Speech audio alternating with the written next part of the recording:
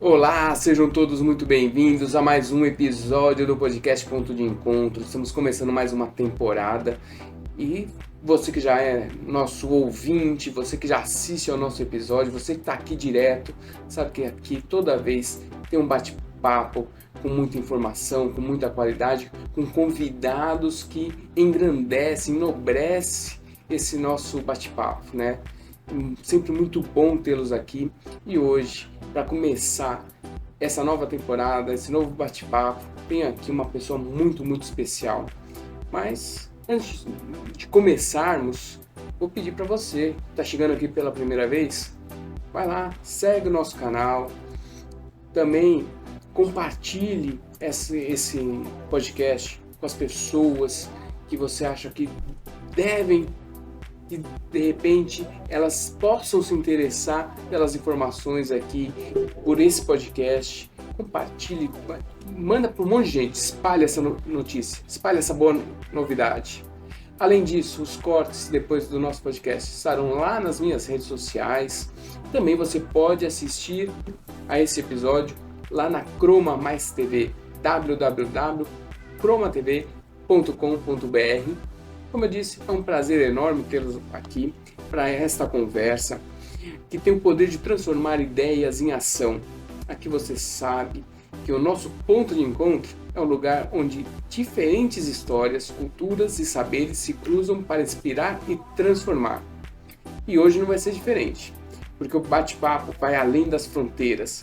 Vamos falar sobre empreendedorismo, cultura, identidade e principalmente conexões internacionais que fazem a diferença.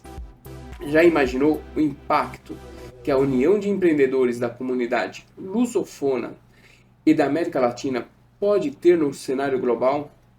Pois é, nosso convidado de hoje não só imaginou, como está tornando tudo isso realidade. Hoje eu tenho o prazer de receber um verdadeiro visionário, que é o Júlio Antônio T. Depois ele vai me corrigir se eu falei certo.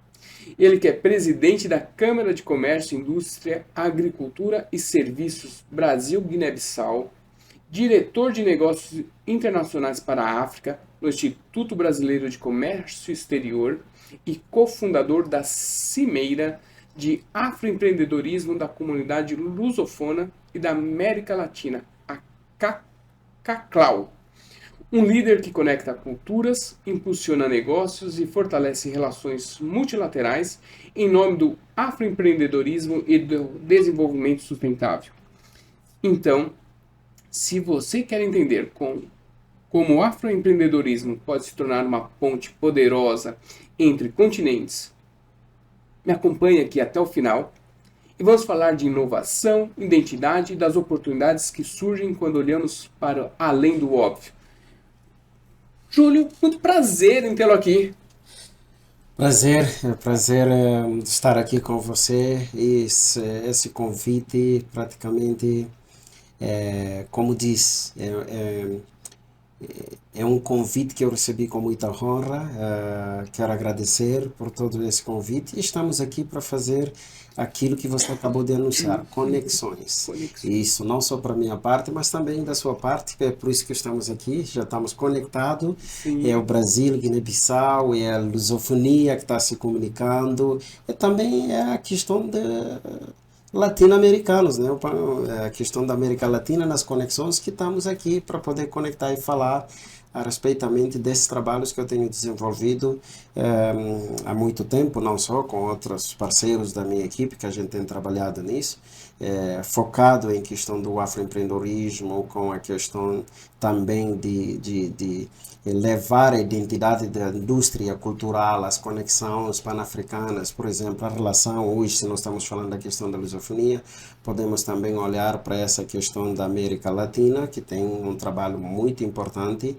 Então, essas conexões, e a gente vai explicar um pouco por que a diplomacia econômica é importante nessas relações para levar-nos para frente além fronteiras. verdade.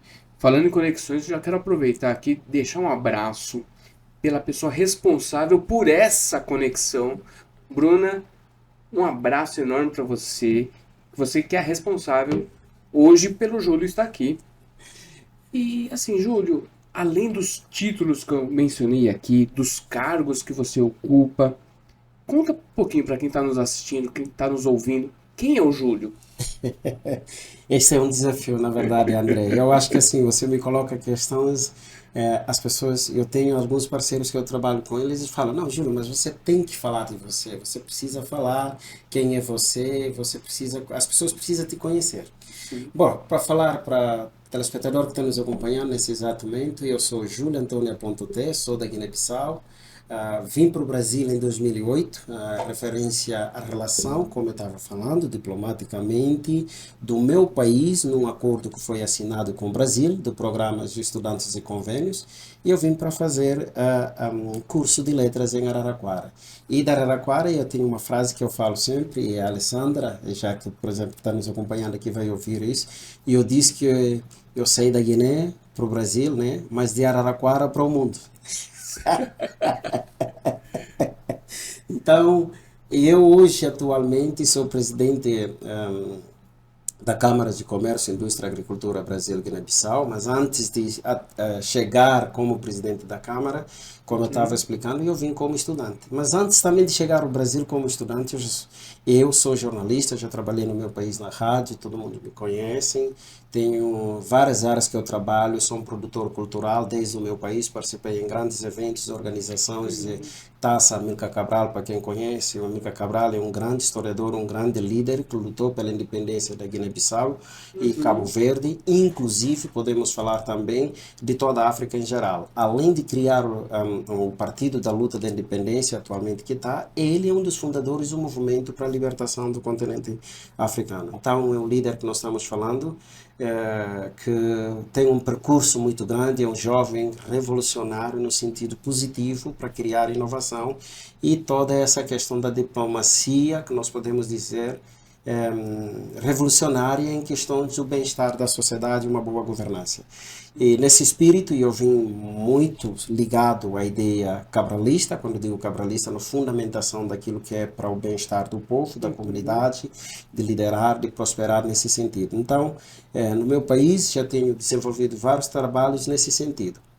E eu cheguei no Brasil, quando eu cheguei no Brasil, eu fui diretamente para a cidade de Araraquara, na Unesp, a Universidade Estadual Paulista, que eu tenho trabalhado até hoje, agradeço também toda a diretoria da Unesp, tenho desenvolvido um trabalho, inclusive projetos de convênios para os estudantes vir estudar até hoje. Não poderia deixar de ser, né, aquilo que eu aprendi com eles, porque não aplicar daquilo que a gente aprendeu dentro da universidade. E eu sou um empreendedor, criei vários programas, projetos, como aqui também, como empreendedor, por exemplo, na Guiné-Bissau eu tinha um programa chamado Guiné-Gâmbia, Guiné-Bissau e Gâmbia, onde eu fui estudar as relações como nós somos próximos, de saber as nossas mulheres que iam para lá, homens também, comprar as coisas, voltar para a Guiné para vender, e como é que eles passavam, uma situação que passava. Os imigrantes que refugiavam para a Gâmbia para fazer esse trabalho, criei um programa da rádio lá, para poder explicar às pessoas, divulgar. Trabalhei juntamente com a embaixada da Guiné-Bissau na altura, o embaixador era Abel Coelho Mendonça, que também me apoiou bastante nessa questão da sensibilização através dos meios de comunicação, para poder fazer a comunidade entender mais ou menos quais são seus deveres e como eles poderiam ter suporte junto à embaixada para fazer esse trabalho. Então, eu tenho uma trajetória, desde a minha infância eu sou empreendedor. E isto eu quero agradecer muito bem que minha filha, Júlia Guilherme Santos Aponte T, que ela está percorrendo já com 10 anos, ou um pouco mais antes, essa trajetória do trabalho como empreendedora. Ela fala para mim, pai, quero ser internacional como você. Na verdade, é minha mentora, porque muitas coisas a gente divide, conversa em conjunto e vários projetos. No Brasil, eu vou citar um dos projetos aqui que muitos não sabem. Para quem já ouviu falar do Africa Fashion Week, hoje eu não lidero esse projeto, mas sou o idealizador desse projeto. Aqui no Brasil, infelizmente, as pessoas que eu vim trabalhar com eles acabaram não dando certo, porque as pessoas boicotaram o projeto, fizeram vários, e depois saiu uma história aqui, são pessoas que fizeram o projeto, mas não, eram pessoas que estavam comigo, depois boicotaram o projeto. E por quê? Eu tinha estudado como é que é o formato de moda africana no Brasil e como é colocado de uma forma só folclórica. Não estou querendo Uhum. dizer que essa parte não é valorizada. Sim, mas também nós temos uma outra forma mais moderna, muito boa para trabalhar. Então, isto é mais ou menos eu explicando quem é o Júlio. Também eu vim desenvolvendo os trabalhos, como eu citei, em Gâmbia, isso já há muitos anos atrás, aí 2003, um pouco para vir, eu já tinha feito esse trabalho. Eu sempre trabalhei em sentido de defender imigrantes, de saber o posicionamento que eles estão, porque quando a gente migra para fora, mais ou menos a gente está um pouco perdido. Você tem dificuldade desde a documentação, da integração, da cultura, tudo isso. E eu trabalho uma política, claro que a gente não consegue trabalhar com todo mundo, porque é muita coisa, mas do máximo que está ao seu redor, a gente consegue trabalhar para direcionar essas pessoas para poder ir para frente. E o projeto Sim. CACLA, que mais na frente nós vamos falar, Vamos. tem exatamente esse tipo de trabalho que depois vou explicar como é que foi isso. Então, este é um dos trabalhos que eu acumulei, as experiências com vários formatos do trabalho Uhum. também. Eu sou um produtor cultural. Muitos artistas, além de produtor, sou compositor. Por exemplo, na minha terra, tem letras que eu escrevo como poeta, declamo, e as pessoas cantam dessas músicas, seja de uma forma de crítica social do nosso país, também tenho Uhum. trabalhado isso. Então, em resumo, para você entender, esse é o Júlio com multifacetário, né? Então, Tô vendo. Se você falar pra mim que cozinha e faz tricô, eu vou falar que você é o Rodrigo Hilbert de Guiné-Bissau. pode me chamar para a cozinha aqui que eu vou cozinhar caldo de mancara para vocês.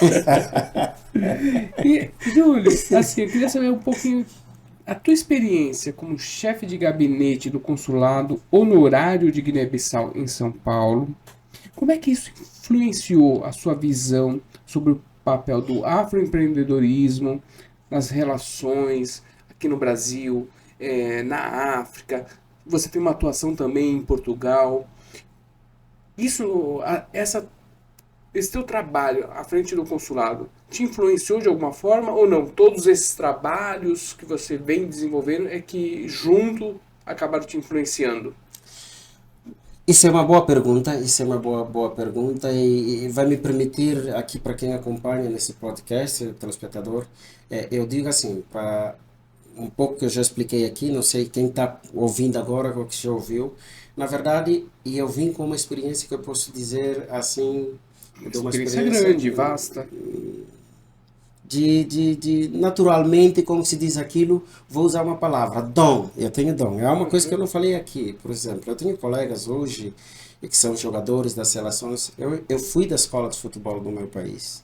Já há outras pessoas que foram até, inclusive, revelando aqui algumas coisas, um dos ex-capitão da seleção do nosso país é um colega que eu joguei junto, estudamos Legal. juntos, fizemos todo o trabalho juntos, e muitos não sabem que também eu já passei nessa trajetória. Uhum. Então, as minhas experiências é um pouco diferente. A pessoa falar, às vezes, por exemplo, como você está falando, do consulado, talvez me promoveu. Não, sou mais. Isto aumentou uma etapa, tudo bem, sem Uhum. problema nenhum.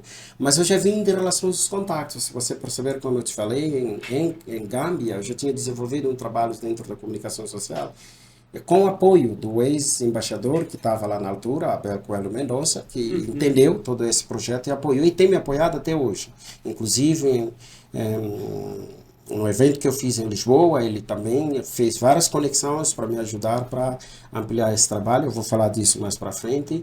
E sem esquecer o embaixador de Cabo Verde em Lisboa e de Paraguai que deram tanto essa força, mas é uma coisa que nós vamos falar na frente. O consulado aqui, qual é a É bom necessidade? isso que vai criando expectativa no Exatamente. público. O consulado aqui em São Paulo, o que me levou a aceitar o desafio junto com, desculpa, com o nosso líderes diplomáticos que estão no Brasil, na altura, quando foi criado o consulado honorário, A gente tinha vários problemas, problemas que eu digo em termos de cobrir com outras necessidades, como eu estava dizendo aqui, documentos, porque o Brasil é grande, né? A nossa Enorme. embaixada, na altura, para cumprir com todo o trabalho, precisa de algumas demandas. E aqui em São Paulo, a comunidade guinense tem mais radicado muito. E nesse trabalho eu já vinha desenvolvendo atividades para a comunidade guinense antes de estabelecer a embaixada aqui no Brasil. A nossa embaixada abriu em 2011 e eu estava aqui em 2008. Quando eu cheguei, já tinha outras pessoas que já estavam aqui. É claro que deve ter outras pessoas que já tinham feito outros trabalhos, tudo bem, mas na nossa época nós conseguimos inovar. E aquilo que, quando a pessoa tem uma inovação, tem dom, tem vontade, vai para trás. E eu me classifico dessa pessoa. Eu tenho vontade, eu tenho persistência, eu vou atrás, vou correndo. E as pessoas que estão junto comigo vão. Por exemplo, eu vou contar uma dica aqui. Quando eu estava em Araraquara, levei um projeto numa pessoa na primeira gestão, não fui acolhido, mas eu não desisti. E algumas pessoas que estavam comigo me chamavam, poxa, esse cara também é curioso, quer fazer as coisas que ele nem vai atingir, ninguém vai atender ele, não sei o quê. Quando entrou a gestão da Alessandra, que eu falo, essa Alessandra de Laurindo, e eu apresentei o projeto, ele disse, Júlio, eu abraço o projeto, vamos trabalhar junto. Porque quando eu já vinha com uma experiência de trabalhos que eu já desenvolvia em parceria com o Ministério da Cultura do meu país. Inclusive, quando eu cheguei no Brasil, eu vim com uma declaração. Na altura que eu vim para cá, a ministra da Cultura no meu país era a Dia Tunandigna, do qual eu ajudei a desenvolver alguns trabalhos local, o pessoal do Ministério do meu país, alguns que estão naquela época conhecem, sabe que além de eu estar na rádio, eu gosto de cultura. Desenvolvi vários projetos de intercâmbio culturais. Netos e Bandinha, a pessoa pode procurar na internet, vai se encontrar. Trouxe parte de rima. Hoje, nesse podcast que eu estou falando aqui, também um dos músicos, eu quero aproveitar esse momento para mandar a minha condolência, acabou de falecer, né? Que é o Américo Gomes também, já trouxe ele para aqui no Brasil, junto com meus colegas que eram da Associação de Fortaleza e de mais outros países.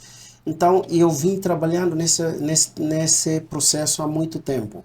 Depois também organizar alguns líderes do meu país para vir para o Brasil, criar experiências com Araraquara, a experiência tanto na área da administração pública, assim como privada, a área de empreendedorismo, negócios, vendo oportunidades das coisas que podem levar. Então, isto eu já trabalhava, já tinha essa ferramenta do trabalho.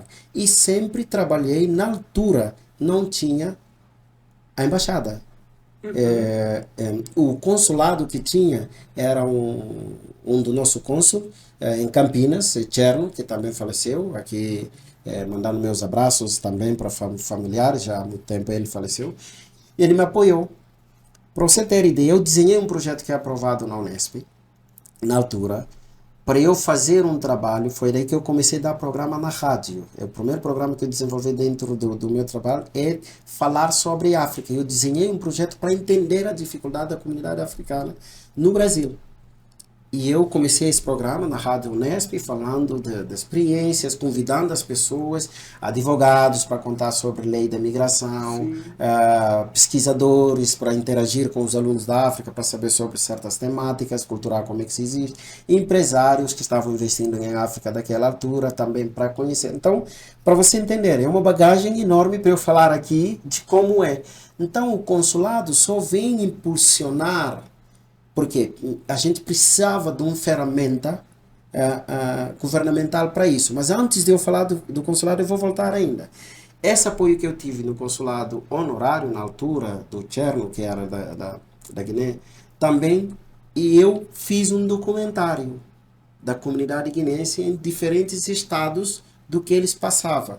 Montei um documentário, esse documentário foi para a Guiné também, para poder alertar o governo do meu país e entender a dificuldade e tudo. Eu trabalhava com dados já para poder passar para o meu país. Em 2011, quando abriu a embaixada, eu já tinha vários materiais, que eu já tinha feito vários trabalhos. Eu levei e apresentei à nossa embaixadora, na altura, que era a Eugênia Saldanha, o trabalho que eu já tinha feito e gostaria de continuar a fazer esse trabalho tendo o apoio da embaixada, que, claro, você teria mais suporte para poder trabalhar e fazendo mais altura. Foi recebido muito bem, acolheram o projeto, daí continuamos a trabalhar. Aí veio o projeto do Africa Fashion Week, ela apoiou, tinha representação de várias embaixadas e que apoiaram institucionalmente falando. E aquilo que eu te contei, algumas pessoas que estavam aí visualizaram tudo aquilo e começaram a fazer o boicote. Uma coisa que eu não gosto de falar aqui, mas é bom para eu falar isso. Por exemplo, as pessoas, aí eu vou reforçar um pouco sobre a questão do afroempreendedorismo. O que eu aprendi e consegui identificar nos lugares que eu passava, por exemplo, aqui no Brasil? Conseguia detectar poucos negros no espaço de destaque para trabalho. E quando se passa de uma forma de ser usado do que ser trabalhar junto. E isso acontece com nossos africanos. E muitos ainda se submetem a essa realidade. Porque quando você vai abrir a porta, por exemplo, para você falar, eles explorar o seu conhecimento, entender, tá tudo bem. Quando você precifica aquilo que você precisa e que eles precificam, eles começam a te desvalorizar. E aí eu falei, espera aí, não sou inexperiente na área. Eu tenho um conteúdo que a pessoa quer ouvir. Mas quando precifica esse conteúdo, a pessoa quer te desmoralizar no facto de não te pagar. Por quê? Nós somos vistos por toda vez que você tem que ir lá, vou te apoiar, vou te colocar no destaque. Não. Ele não valoriza o seu trabalho de forma que deveria valorizar do seu conhecimento, sim, mas ele precisa do seu conhecimento para ele usar e valorizar. Sim. É o que acontece no mercado até hoje. Sim. Então, quando você leva o seu conhecimento sem precificar, tá ótimo. Mas quando você precifica o seu conhecimento, aí começa a criar entraves. Até ao ponto de desmoralizar, se você não é tão persistente, você é desvalorizado no mercado como se fosse, presta atenção, que é, sabe? São armas que eles usam para nos enfraquecer. E aí é uma questão da gente fortalecer. Exatamente. No mercado e para a gente poder subir para diante. E assim, os afroempreendedores precisam entender. Não é só por uma questão de cor, eu vou falar por aqui, mas é uma questão do espaço, da ocupação. E nós temos muito negócio para fazer em África e a gente precisa potencializar esse canal de negócio numa harmonia e numa sincronia em que nós podemos ocupar esse espaço com nossa qualidade. Porque inteligência, qualidade, esforço, resistência, persistência, saber, temos. Sim. E por isso é aplicar. E é aquilo que eu falo. Você precisa entender e reparar muito bem. Eu não vou em disputa se faz isso ou não. Eu sei o que eu faço. Sei o saber que eu tenho, o que eu posso fazer. Então, da mesma coisa, do conhecimento que eu tenho, que às vezes um branco não tem, mas ele ganha vantagem por causa da cor, porque a sociedade coloca isso. Quando ele fala, às vezes pode falar uma coisa que não tem nada a ver do que eu tenho do conhecimento, ele tem mais abertura do que eu. E aí eu comecei a descobrir. Isso é só aqui no Brasil? Não. Comecei a estudar em diversas áreas. Aí veio a cimeira do afroempreendedorismo da comunidade lusófona e da América Latina. Entendi. Eu só fui ticando aqui as perguntas que eu ia fazer, você já foi respondendo. Mas vamos lá. Júlio, assim, quais são os principais desafios? Você já falou a questão de preconceito, diferença de salário, né? Hoje nós temos uma questão, um conceito que é o Black Money, né? Que vem ganhando destaque.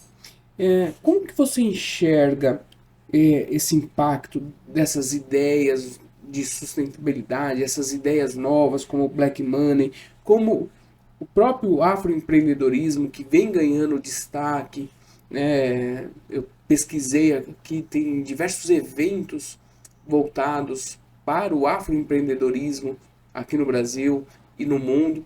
Como é que você enxerga essa mudança? Ainda que um pouquinho devagar, ainda que um pouquinho tímida, né, perto do que poderia ser, né? Como é que você enxerga tudo isso?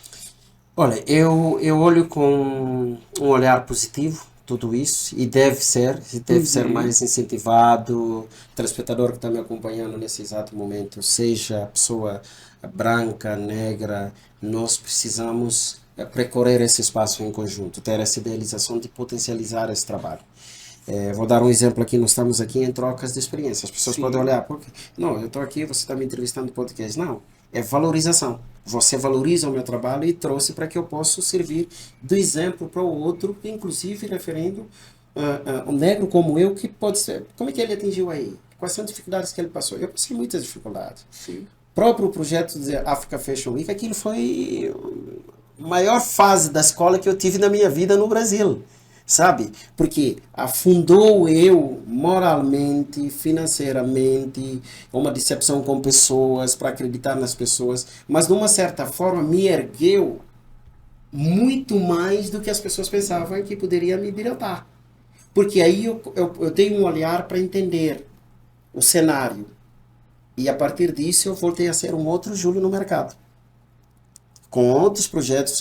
Por exemplo, eu estava falando disso, por exemplo. Eu e a minha filha, a gente conversou muito quando isso aconteceu. E ela falava para mim, pai, você pensou e montou o evento. Nós podemos pensar outro evento e montar. Eu tenho até gravado o que ela fala. Eu brinco assim, a minha filha é minha mentora. Porque chegou uma altura que eu queria entrar na justiça. A minha filha disse, pai, por favor, pensa de novo, recria, você vai criar outra coisa nova e vamos para frente. Ela começou a dar ideia para mim. O que eu podia criar, o que a gente podia fazer. Porque eu converso direto com a minha filha. Então, isso, eu acho que assim, eu tenho esse olhar e eu percebo também as dificuldades que nós temos, como eu referi aqui, como os negros, quando nós vamos trabalhar esse trabalho. E ainda quando nós somos africanos. Porque existe, se me permitir falar um pouco dessa classificação do racismo, acontece também de uma forma, se eu sou negro e veio, por exemplo, Deus me perdoa, só para a comparação aqui, dos Estados Unidos, o olhar que vai ter para mim é diferente do que eu, sendo negro, venho de um país, por exemplo, da Guiné-Bissau a falar. Então, muitas pessoas, inconscientemente, eu digo conscientemente, já te inferioriza por desconhecer o seu país ou por olhar também o seu país, por exemplo, falado do fraco índice economicamente. Mas às vezes não entende, não existe um Estado pequeno. Não existe um Estado pequeno. E da mesma forma, a gente pode não ter experiência, pode ser de um país pequeno, mas você tem uma experiência fantástica. Eu conheço pessoal da Guiné-Bissau que estão em organizações internacionais grandes, que vieram de um país pequeno. Não dá para eu citar nomes de muitas pessoas aqui. Então, algumas pessoas confundem um pouco esse racismo de uma forma, posso dizer, racional no discurso, no olhar, a questão geopolítica do racismo, já a região de onde você vem, o país de onde você vem, já te coloca de uma forma de inferioridade. E isso acontece até na postura de você ir na reunião com as pessoas. Querem saber de onde você vem. E a partir de onde você vem, às vezes começa a desvalorizar sua atitude de falar ou de receber a ideia que pode receber. Coloca as questões que pode ser como se fosse tudo não entendeu, mas ele entendeu perfeitamente. E, então, isto, e eu falo que nós devemos ter, digo nós, no sentido negros, afros, essa maturidade e confiança de saber quem nós somos e o que nós temos, o conhecimento que nós temos. Estar preparado para fazer o inverso naquela pessoa. Na nossa postura, mostrar aquilo que nós sabemos, o que nós temos para oferecer e posicionar. Isto eu aconselho todas essas outras organizações afros que trabalham nesse sentido. Vamos nos juntar, vamos conectar, vamos posicionar, porque a capacidade para o mercado temos. E não deixar de ser utilizado por mercado, mas sim servir o mercado e potencializar também o mercado. Exatamente.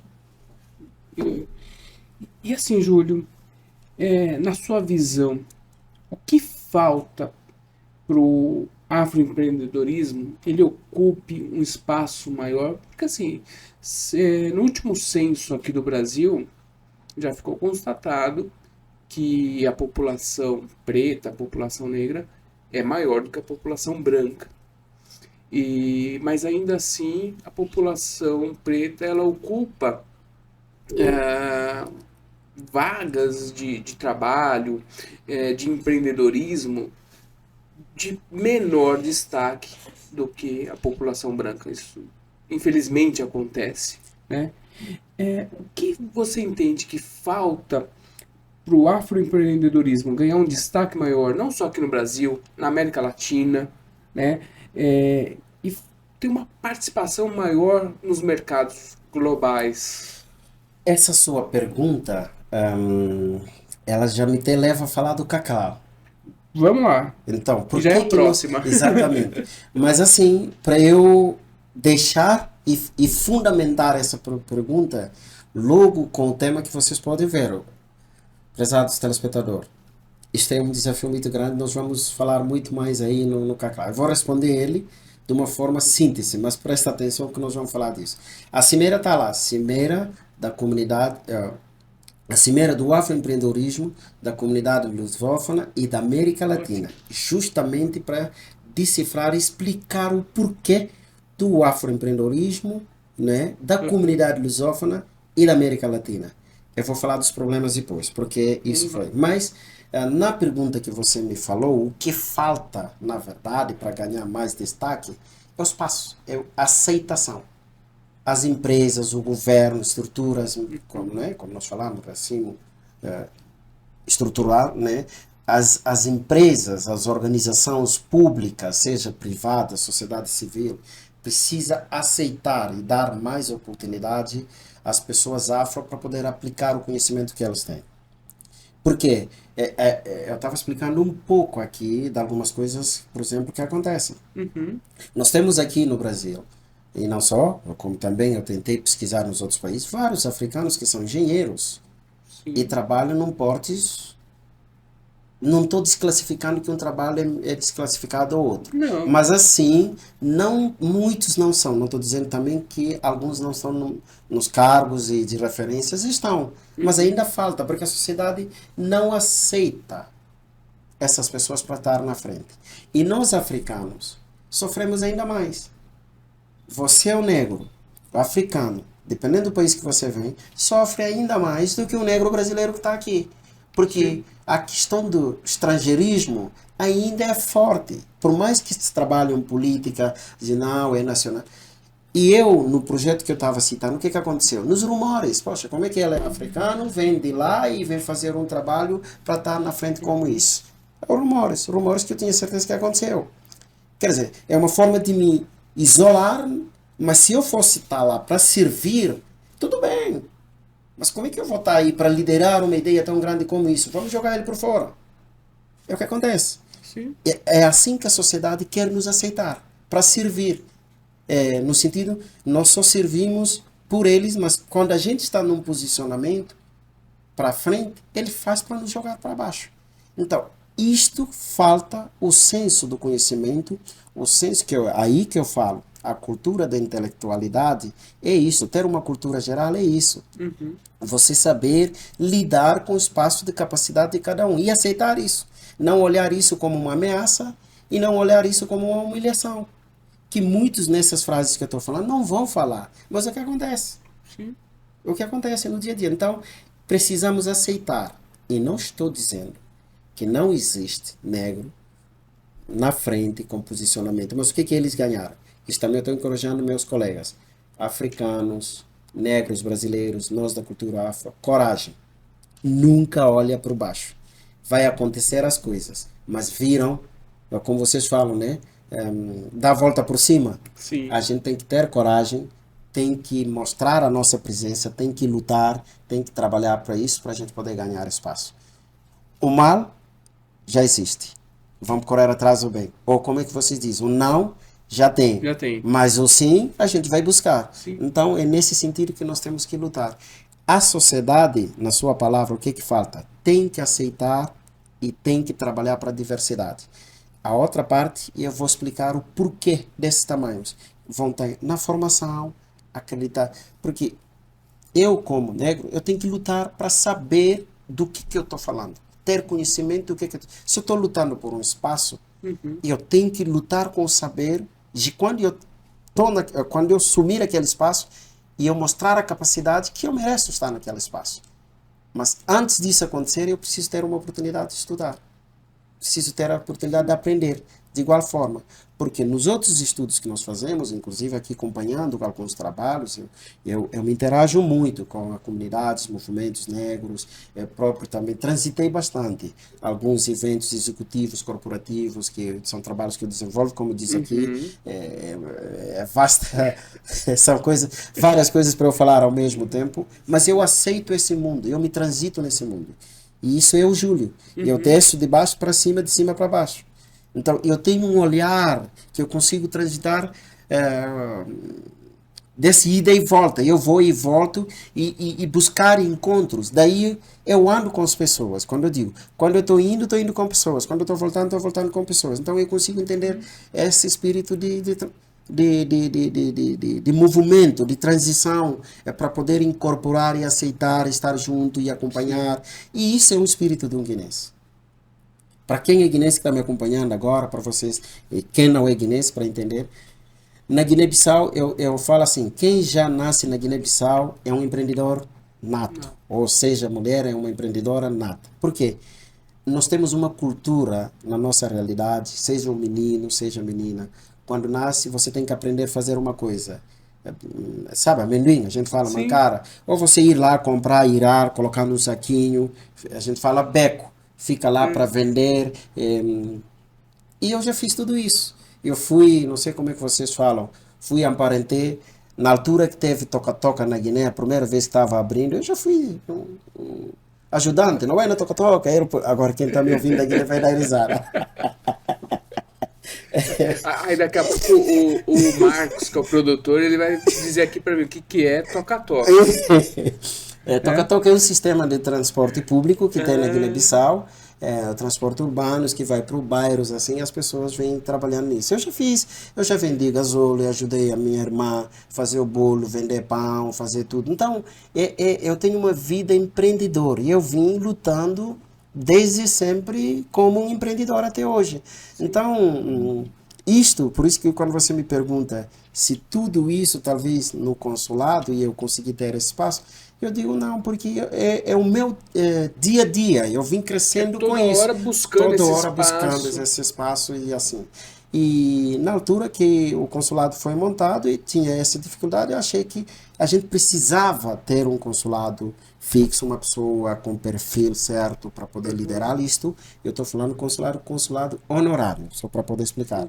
É o consulado honorário e aqui em São Paulo, na altura, e a pessoa que estava liderando era o Luiz Del Valle, com quem também nós desenvolvemos um trabalho muito bom, e agradeço aqui também, se ele está me acompanhando nesse exato momento, e nós fizemos um trabalho muito bom. E na altura, já dessa montagem do consulado, a equipe que estava lá já não é mais a Eugênia Saldanha, já tinha voltado, era a equipa do Jorge, o Rui, que assumiram isso. E hoje eu tenho continuado o trabalho, tenho uma boa relação com a minha embaixada, porque nós precisamos sempre estar com a nossa representação diplomática, para eles também saber quem somos nós, o que, que nós estamos fazendo, porque são nossos guiões, são nossos representantes, quem está cuidando de nós. E hoje, atualmente, o nosso embaixador, Embala Fernandes, que está liderando a embaixada, eu tenho comentado alguns trabalhos com ele, para resgatar alguns projetos que a gente está ou Uhum. já trabalhou nesse sentido, por exemplo, o último projeto que aconteceu agora do Unesp, trazer 13 desculpa, estudantes aqui para Brasil para poder estudar. Teve também o apoio da nossa embaixada, onde o pessoal também da Unesp foi para lá, ele recebeu, orientou, ajudou, articulações, questão de vistos e mais, tudo, Sim. tanto aqui no Brasil, assim como em Lisboa, tinha uma pessoa que estava lá para ir para Guiné-Bissau, então eles abriram essa porta. Então, a nossa representação diplomática, a gente sempre tem que estar por perto. E eu não trabalho só, por exemplo, com a embaixada do meu país. Eu desenvolvo vários trabalhos que eu acabo recebendo apoio de várias embaixadas, consulados de outros países. Eu quero aproveitar aqui e agradecer o consulado de Portugal, que teve um apoio Sim. muito forte em vários eventos que eu já fiz, por exemplo, em Lisboa, lançamento do livro Chica da Silva, da jornalista Joyce Ribeiro, demais outro, por exemplo, o Ernesto Dabo, que é um dos ícones da música da Guiné-Bissau, na altura, eu estava no consulado, e tive apoio também bastante na semana da comemoração da língua portuguesa junto com o Consulado Geral de Portugal, que ajudou para a gente fazer esse lançamento do livro que aconteceu na Casa das Rosas. E mais outros trabalhos que eu venho fazendo, isso também para você entender que eu lido tanto na relação com o mundo corporativo, tanto diplomático, mundo empresarial, sociedade civil e próprio a comunidade da sua forma como imigrantes trabalham nesse sentido. Sim, você atua em várias frentes. Exato. E, Júlio, vamos lá. O que é a Clá e como que surgiu essa ideia? Exatamente. Bom,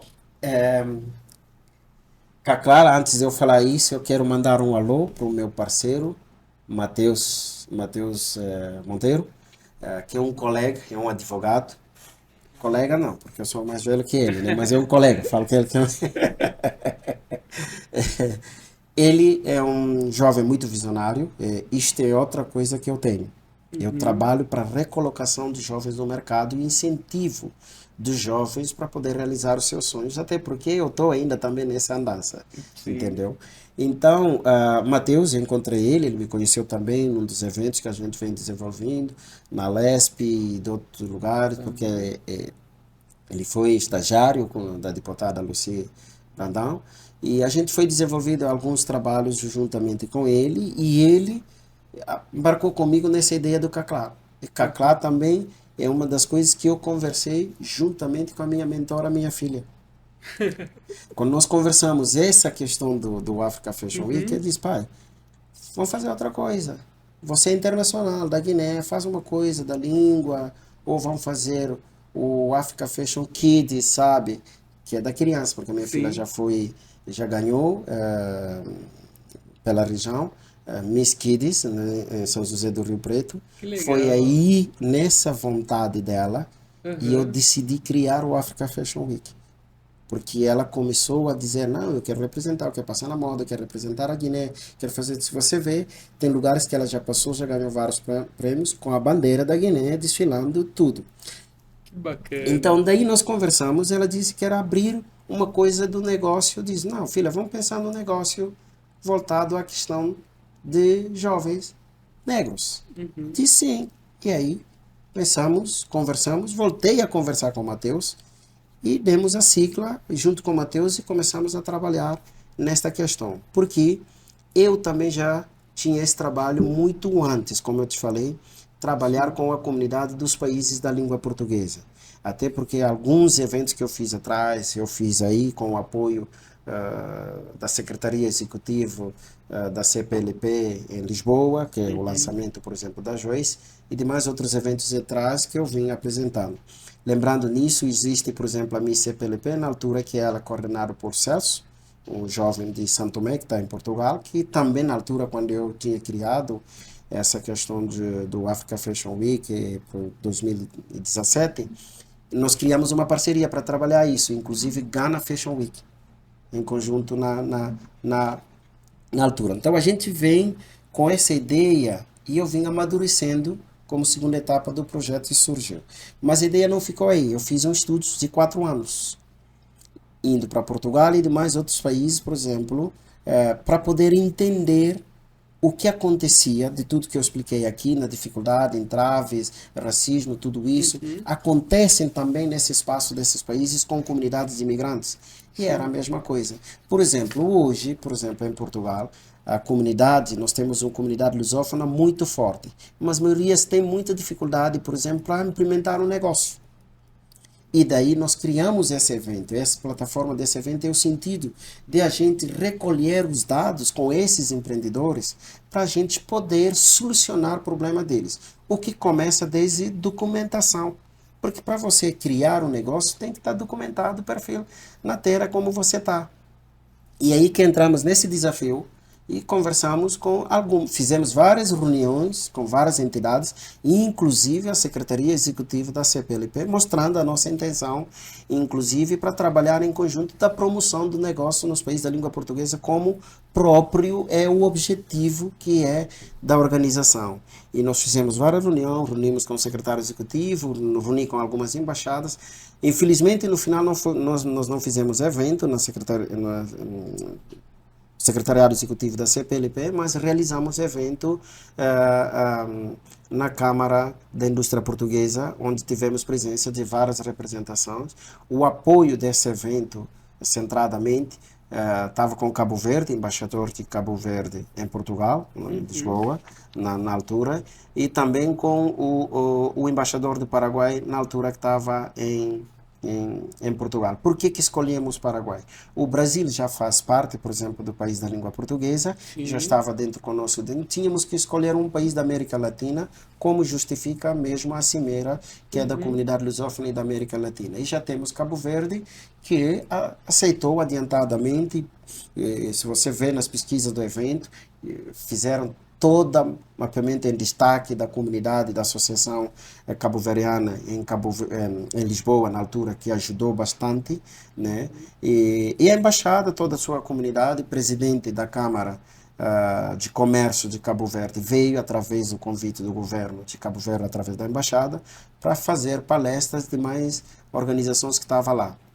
A chefe da Organização Internacional Migratória veio também no evento, deu palestra sobre a questão do empreendedorismo migratório, que a gente está falando aqui, porque é preciso inserir os imigrantes também dentro do mercado como empreendedores. Não só as pessoas para servir do trabalho, mas sim facilitando eles que possam empreender, dando todo o apoio e suporte para poder trabalhar nisso.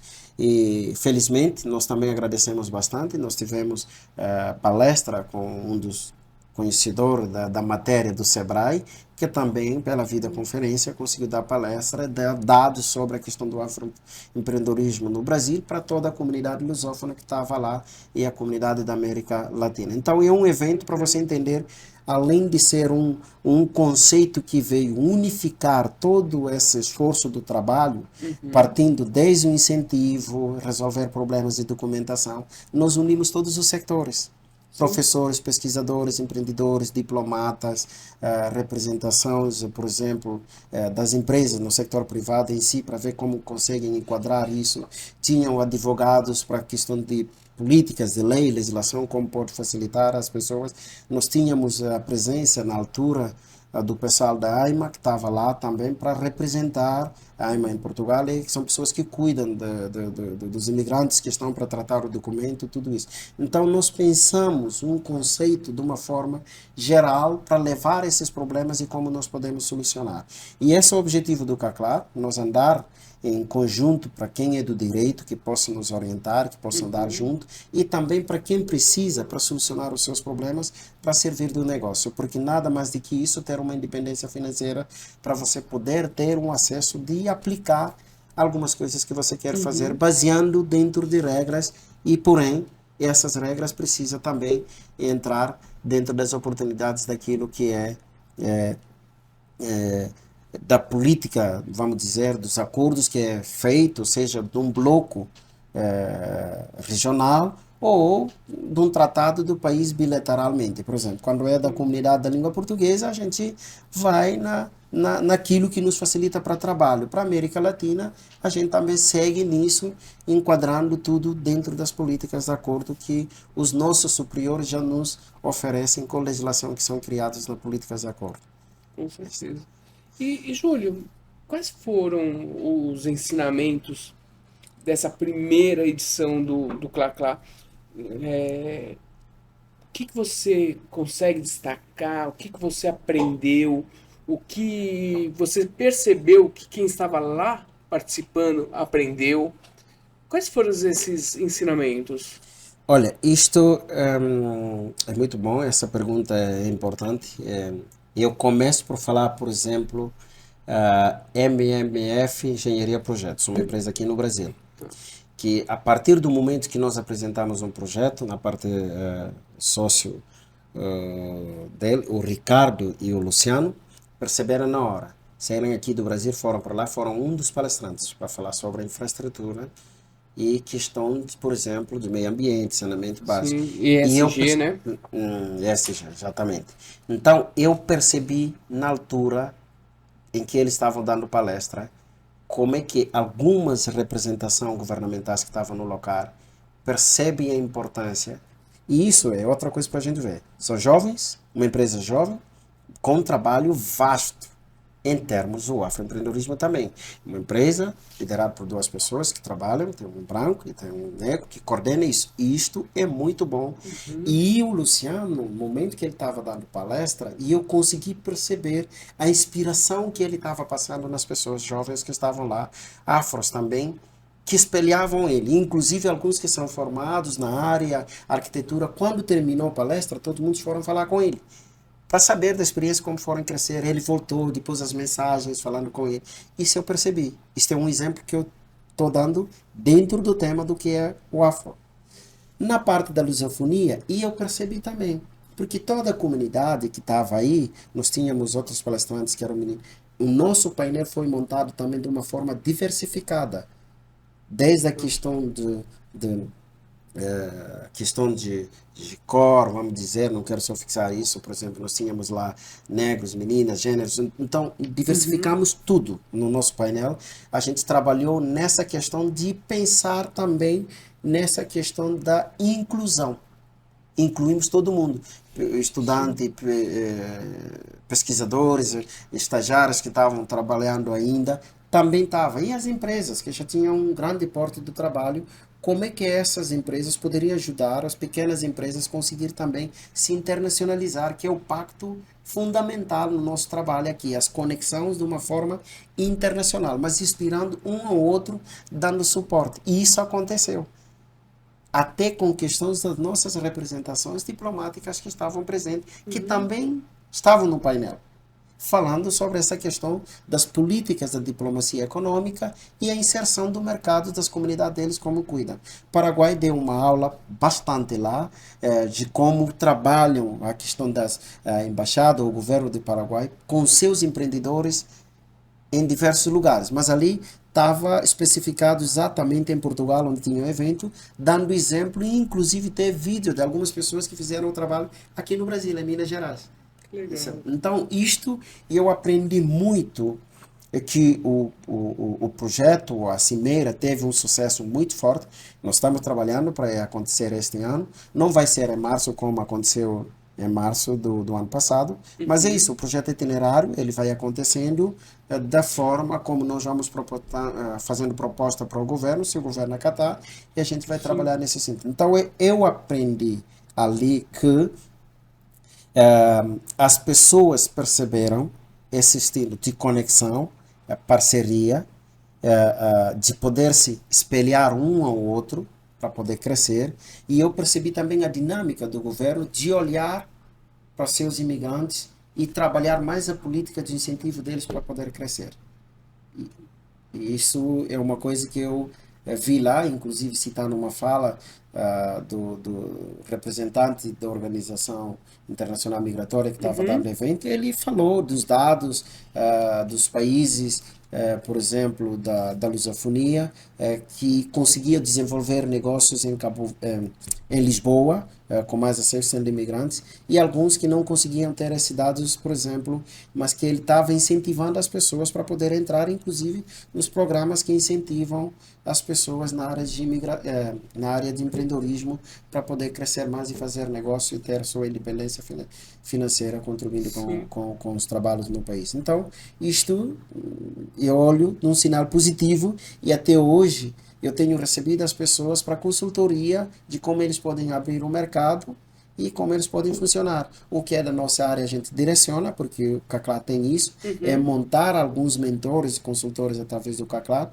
que também pode direcionar essa consultoria da mentoria na área de empreendedorismo para outras pessoas que estão começando. E é isso que eu ia te perguntar, Júlio. Essa primeira edição do CLACLA, quais oportunidades que surgiram ali? Porque eu imagino o tamanho do evento, as trocas que ocorreram ali, com certeza oportunidades para algumas pessoas que estavam ali, acabaram acontecendo. Aconteceu, inclusive, uma das palestrantes, minha querida Elizabeth, Hum, com essa inspiração, ela conseguiu ampliar mais trabalho dela da mentoria, que com a legal. comunidade, montou um grupo, e nesse grupo onde ela faz todo o treinamento para as pessoas que querem empreender. O resultado seu, algumas pessoas que queriam montar seus startups também receberam esse, porque eu tenho, eu e o Matheus, nós temos um startup em Bareiro, em Portugal. Isto é uma coisa que... Legal. Então, nisso também a gente trabalha nesse sentido de poder dar mentoria para as pessoas poderem crescer nisso. Eu já fui um Uhum. dos palestrantes depois do evento do CACLAR, da querida que eu estava falando também, Elisandra acabou me convidando para poder dar palestra para alguns grupos que ela monta para fazer o trabalho. Então, Sim. tem vários resultados. Depois desse trabalho também eu fui chamado por várias organizações, inclusive estive palestrando para a Organização Mundial, por exemplo, não sei se já ouviu falar do Horasis. Horasis é uma organização global da comunidade, Hum, inclusive que trabalha com ESG, trabalha com questão de empreendedorismo, a diplomacia econômica, essa relação toda. Eu fui chamado como palestrante, inclusive antes de eu vir para cá, eu recebi o e-mail dele de novo para ser palestrante no evento que vai acontecer agora, agora não, é em outubro, mas esse ano, uhum. aqui em São Paulo. Depois Bacana. de Vitória, vai ser agora aqui em São Paulo, o evento da Horasis Global que vai acontecer. E Uhum. eu fui convidado para ser um dos palestrantes para falar sobre empreendedorismo e a conexão da internacionalização das empresas, como isso pode ser um fator para o desenvolvimento econômico, sobretudo nos países, vamos dizer, desse eixo global que nós temos hoje, que estamos trabalhando. Então, fui convidado como um dos jovens de experiência nesse trabalho para poder ter um bate-papo novamente com os nossos jovens. Você já que está me ouvindo, de 7 a 10 de outubro, isso vai acontecer aqui em São Paulo. E já me convidaram para fazer o painel desse trabalho também. E eu quero estar Então, presente, eu quero ouvir essa palestra.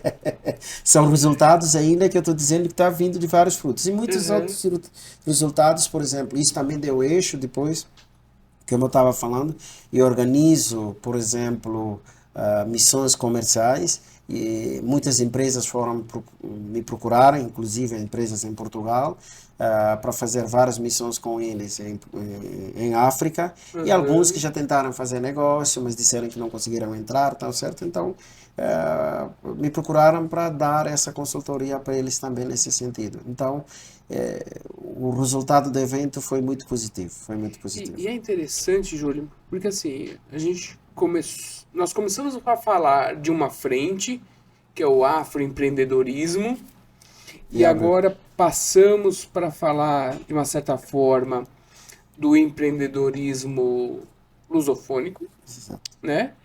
E, e, e é uma linha que muitas vezes a gente esquece, que nós falamos a mesma língua, Uhum, né? Com algumas variações, mas é a mesma língua é mesmo ali. portuguesa. E muitas vezes a gente esquece de fazer negócios entre nós, Entre nós. né? E o Clá ele tem muito isso, né? Exatamente. Uma outra coisa que eu não referi aqui, é bom que você falou isso, por exemplo, neste evento nós tivemos presença em, muito participativa, presidente da Confederação Empresarial da Comunidade dos Países da Língua Portuguesa. Nelma, meu abraço, reconheço muito o seu trabalho e quero contar com a Confederação Empresarial desta vez no evento. O Igor, obrigado também, obrigado. Estiveram presentes, porque inclusive perceberam a importância do evento e como isso pode impulsionar essa parte, inclusive dos empreendedores, dos Sim. lusófonos. E é um trabalho que eles fazem bastante com liderança, como eu disse, com governos, com empreendedores que estão começando, incentivar. Estava lá no evento, acompanhou todo o evento de forma possível, deu apoio e está disposto para apoiar o evento de Uhum. todo o seu tempo quando vai ser feito.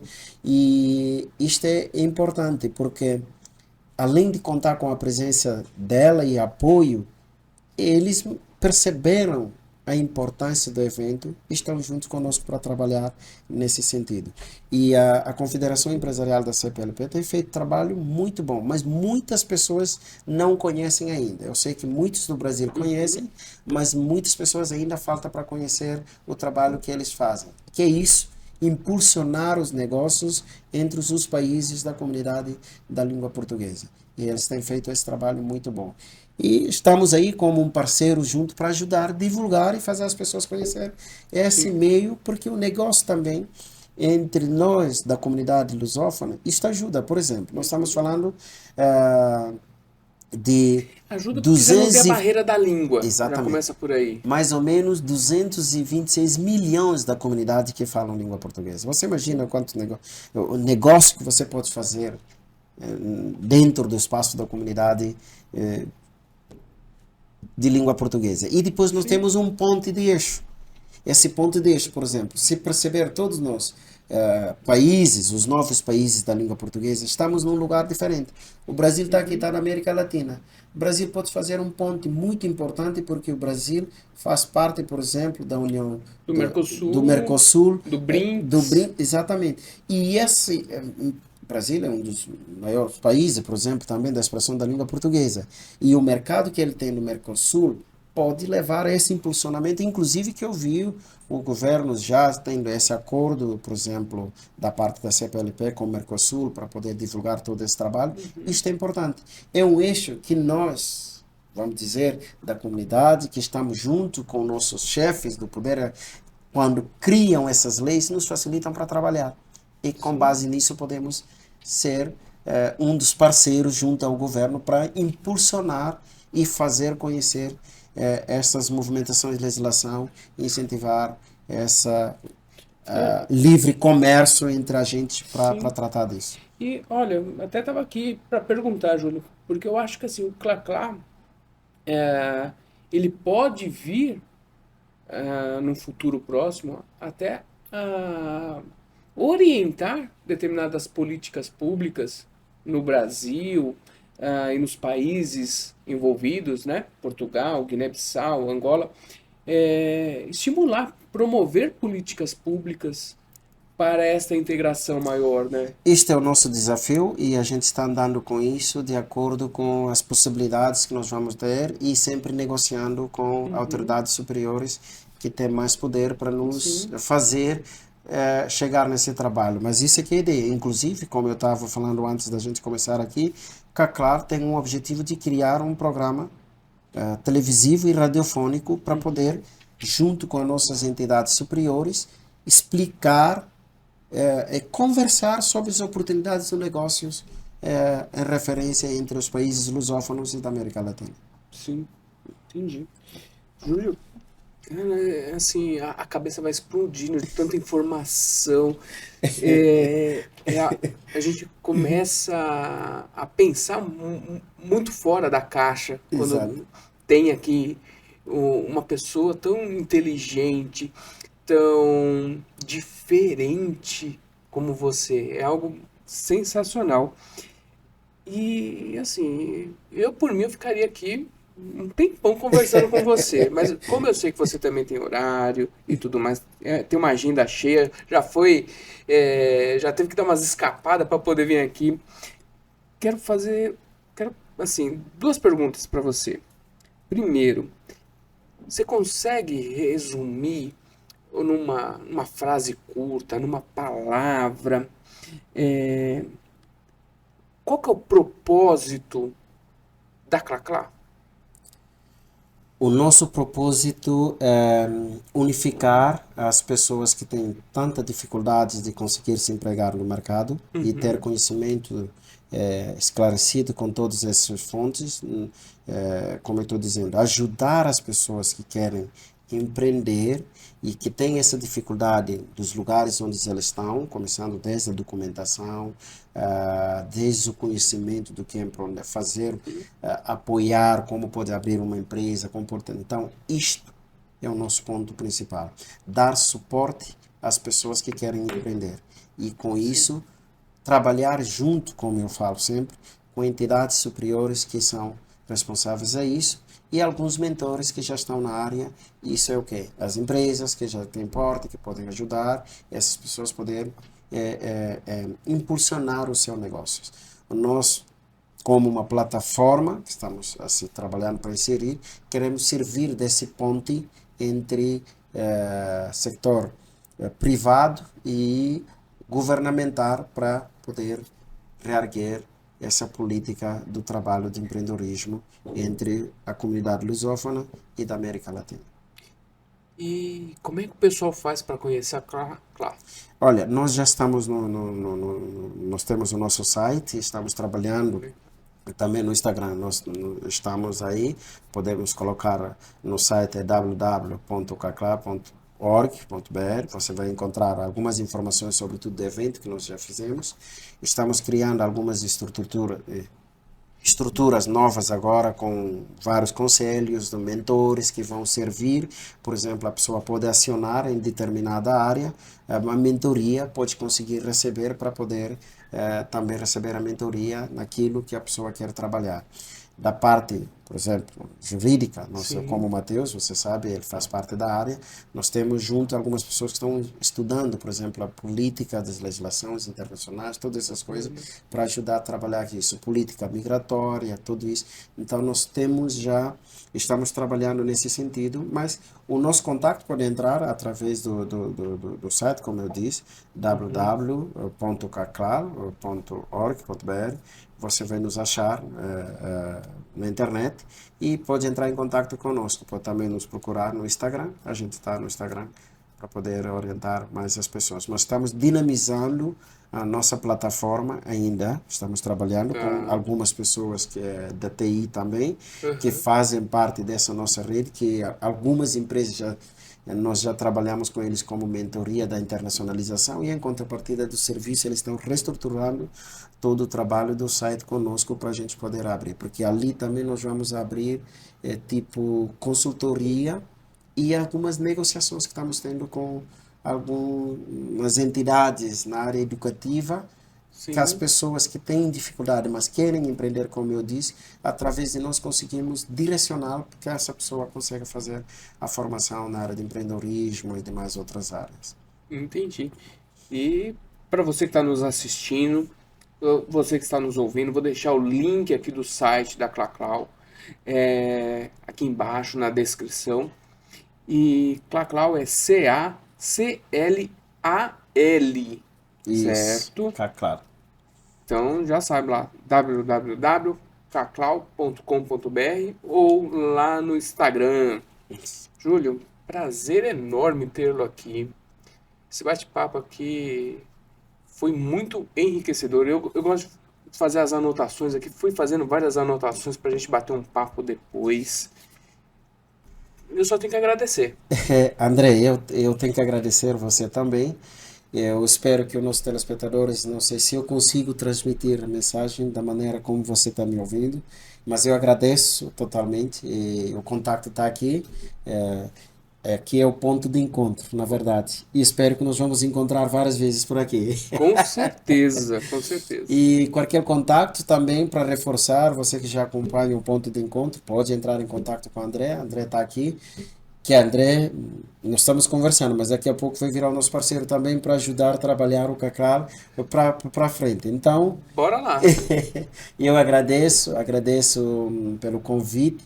Já virei o embaixador. Eu virei fã, vou virar o embaixador da Caclal. Da Caclal, exatamente. Tá vendo? Isso já é importante.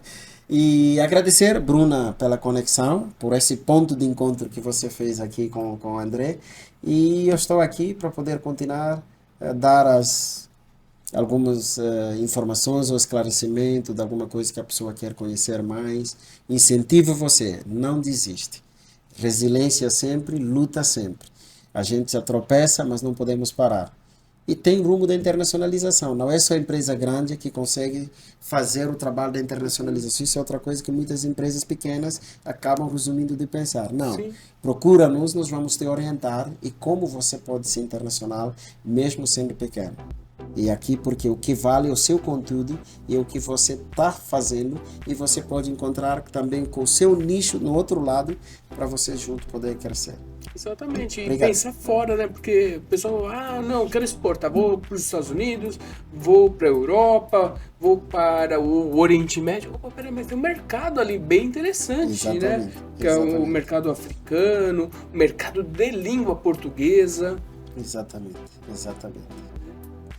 e fazer isso. chegar as coisas de lá para cá Para também. cá, para cá também.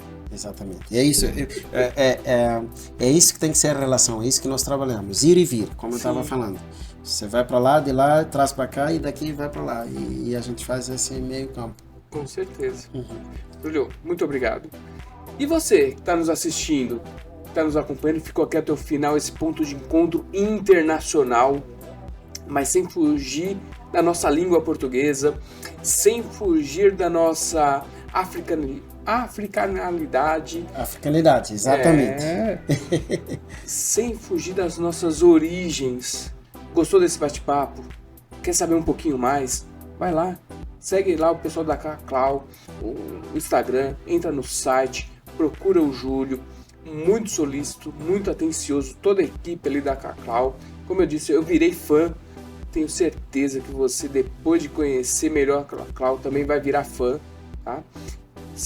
Aproveita, segue a gente nas redes sociais, segue aqui o nosso YouTube, ativa o sininho, toda vez que tem um vídeo novo você vai ser notificado.